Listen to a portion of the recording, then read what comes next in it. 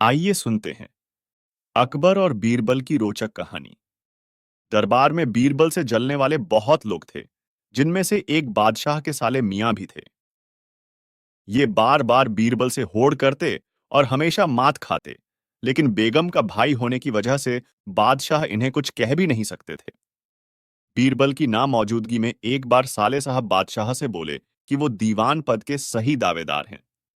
इसलिए बादशाह ने भी अपने साले साहब की अक्ल ठिकाने लगाने के लिए कहा, अच्छा तो ये पता करो कि क्या हमारे महल के पीछे किसी कुतिया ने बच्चे दिए हैं, क्योंकि हमें आज सुबह से ही कुछ पिल्लों की आवाजें आ रही हैं। बादशाह की बात सुनकर साले साहब महल के पीछे की ओर देखने चले गए और कुछ देर बाद आकर बताया, हुजूर आपका अंदाजा बिल्कुल सही था। बादशाह अकबर ने पूछा, कितने बच्चे हैं? साले साहब बोले, हुजूर मैंने गिने नहीं थे। जाओ गिनकर आओ फिर बताओ। साले साहब ने आकर बताया, हुजूर 5 बच्चे हैं। बादशाह ने फिर पूछा, कितने नर बच्चे हैं और कितने मादा? साले साहब बोले, हुजूर आपने गिनकर आने को कहा था तो मैं गिनकर चला आया। बादशाह, जाओ पता करके बताओ।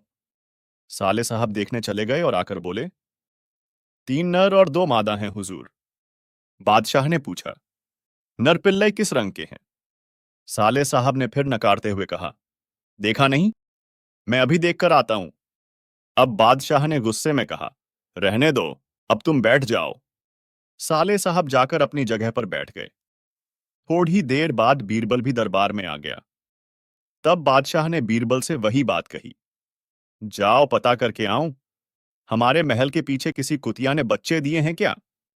बादशाह अकबर का हुक्म सुनकर बीरबल महल के पीछे चला गया और कुछ देर बाद महल में वापस आकर बोला, जी हुजूर आपने बिल्कुल सही कहा था, कुतिया ने बच्चे दिए हैं। बादशाह बोले, कितने बच्चे हैं? हुजूर 5 बच्चे हैं। उनमें कितने नर और कितने मादा? बादशाह ने पूछा। 3 नर और 2 मादा हैं हुजूर। बादशाह अकबर, नर बच्चे किस रंग के हैं? बीरबल, 2 काले और 1 बादामी रंग का है। बादशाह अकबर के सभी सवालों के जवाब देने के बाद बीरबल अपने स्थान पर जाकर बैठ गया। फिर बादशाह ने अपने साले की तरफ देखा, जो कि सिर झुकाए चुपचाप बैठा था। बादशाह ने पूछा, साले साहब क्या अब तुम्हें कुछ कहना है?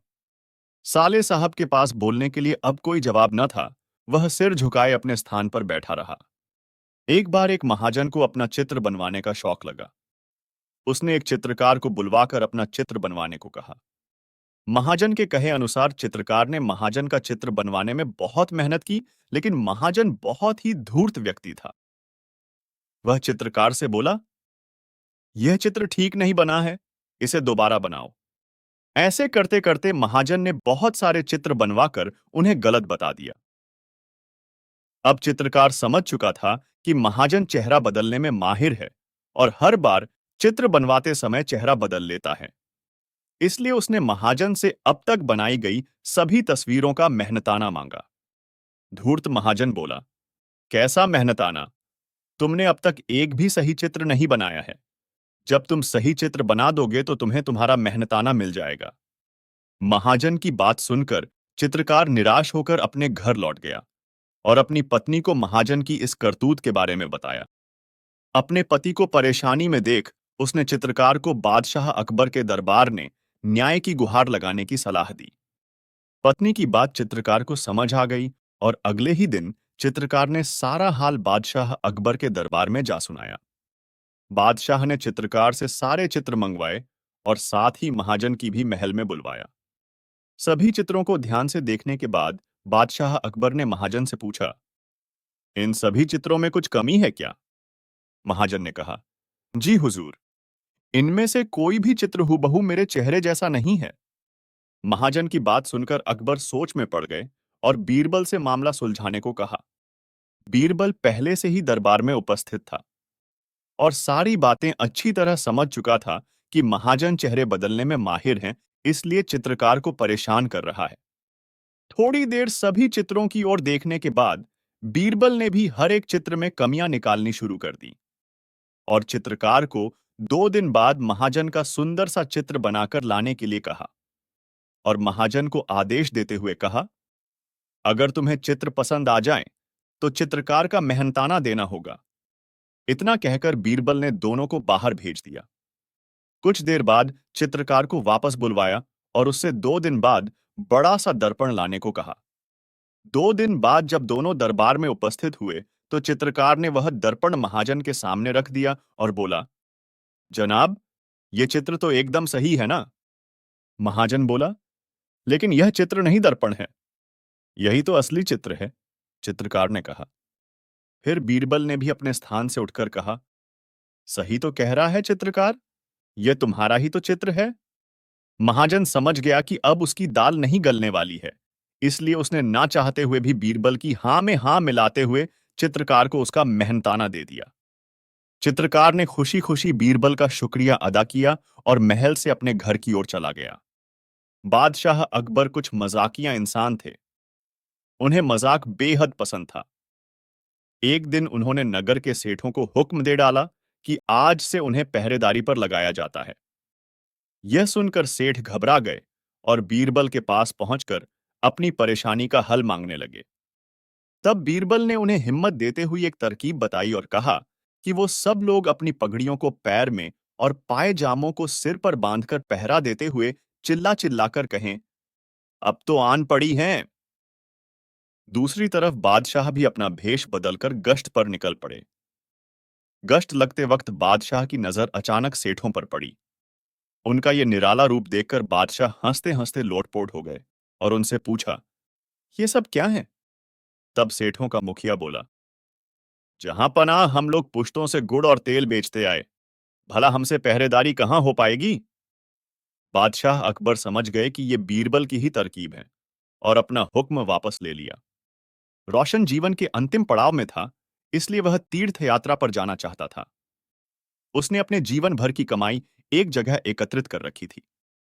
जब उसके मन में तीर्थ यात्रा पर जाने का ख्याल आया, तो उसने उसमें से कुछ अशर्फियां निकाल ली और बाकी बची हुई 1,000 अशर्फियां एक थैली में भर ली और अपने मित्र दीनानाथ को देते हुए बोला, मित्र, यह मेरे जीवन भर की कमाई है।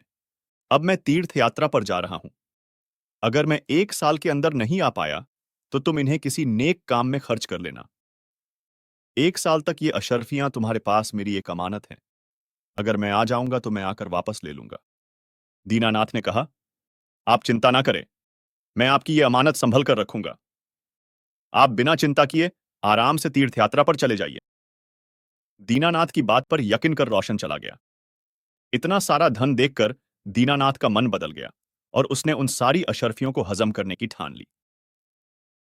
1 वर्ष बाद जब रोशन तीर्थ यात्रा से वापस आ गया और दीनानाथ के पास अपना धन लेने गया, तो दीनानाथ ने धन देना तो दूर रोशन को पहचानने से भी इनकार कर दिया और उसे बेइज्जत करके घर से भगा दिया। बेचारा गरीब रोशन अपने दोस्त की इस हरकत पर यकीन ही नहीं कर पा रहा था, लेकिन रोशन ने भी हार नहीं मानी और अपना धन दीनानाथ से लेने के लिए उसने बादशाह अकबर के दरबार में न्याय के लिए गुहार लगाई। अब दीनानाथ को भी दरबार में बुलाया गया, लेकिन दीनानाथ अभी भी रोशन को पहचानने से इनकार कर रहा था। रोशन के पास अपनी बात को साबित करने के लिए ना तो कोई गवाह था और ना ही कोई सबूत। सच्चाई का पता करने के लिए बादशाह ने यह मामला बीरबल को सौंप दिया। बीरबल ने दोनों से दोबारा पूछताछ की, लेकिन दीनानाथ अपनी बात पर अटल रहा। बीरबल ने रोशन से पूछा, तुमने किसके सामने अपना धन दीनानाथ को दिया था? हुजूर, बस एक आम के पेड़ के नीचे मैंने धन दिया था और कोई गवाह नहीं था। इसका मतलब तुम्हारा गवाह आम का पेड़ है। जाओ तो उस आम के पेड़ से कहो कि वो तुम्हारे पक्ष में गवाही दे। अगर वो ना माने तो उसकी मिन्नतें करना, लेकिन पेड़ को गवाही के लिए लेकर आना। तभी तुम्हारा धन तुम्हें वापस मिल सकता है। बेचारा रोशन बड़बड़ाता हुआ चला गया। पेड़ भी भला गवाही दे सकता है? दीनानाथ और बीरबल महल में ही रोशन का इंतजार करने लगे। जब कुछ समय गुजर गया तो बीरबल बोला, अब तक तो रोशन आम के पेड़ के पास पहुंच गया होगा और उससे मिन्नतें कर रहा होगा। तभी दीनानाथ बोला, रोशन तो वृद्ध आदमी है, वो इतनी जल्दी वहां नहीं पहुंच सकता। अभी तो उसे काफी समय लग जाएगा, क्योंकि वहां का रास्ता भी साफ नहीं है। बीरबल शांत होकर रोशन का इंतजार करने लगे। बहुत देर बाद रोशन महल में आया और बोला, महाराज, मैंने पेड़ से बहुत मिन्नतें की, लेकिन वो वही का वही खड़ा रहा। अब आप ही बता दीजिए, मैं क्या करूं?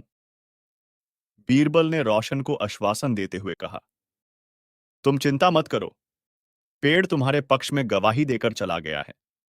दीनानाथ ने आश्चर्यचकित होकर पूछा, पेड़ कब आया? मैं तो कब से यही बैठा हुआ हूं।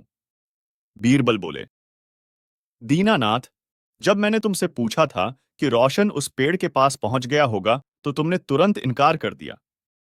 इसका मतलब कि तुम उस जगह के बारे में अच्छी तरह जानते थे, लेकिन तुम झूठ बोल रहे थे। अब तुम सीधे सीधे अशर्फियों के बारे में बताते हो, या मैं अपने तरीके से पूछूं? बेचारे दीनानाथ ने डर के मारे सब कबूल कर लिया। उसने रोशन से माफी मांगकर उसका सारा धन वापस कर दिया।